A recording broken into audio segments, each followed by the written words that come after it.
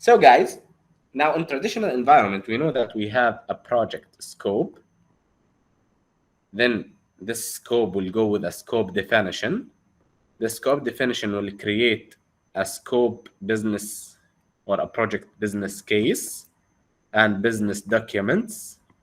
Then those will go to the stakeholders, maybe the owner. He will make a decision to go with the project.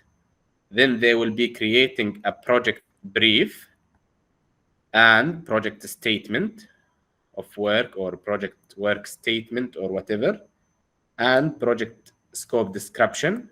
Then it will go to the project team, and this project team from the client side, they will go to tender.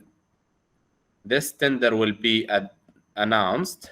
Then appointed parties or sellers, we call them sellers in project management, they will be bidding for this tender despite the fact which stage the project is in.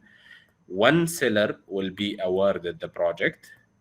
This awarded seller will be assigning a project manager. This project manager plus the PMO, Project Management Office, will be allocating resources. Those resources will what? Where is that map? Aywa.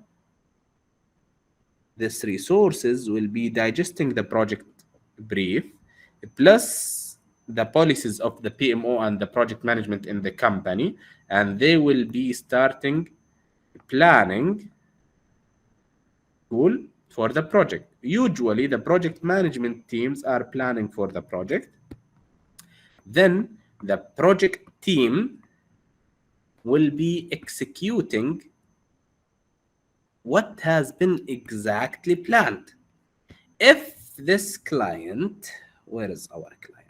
This client here decided to change something here, a request, correct?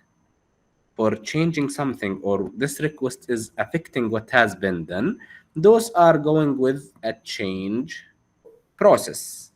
This is the process that we are doing in any predictive environment until we deliver our project. What will happen in between and what are the processes, what are the documents that we'll be creating, blah, blah, blah, everything I will be explaining throughout the classes that we already have.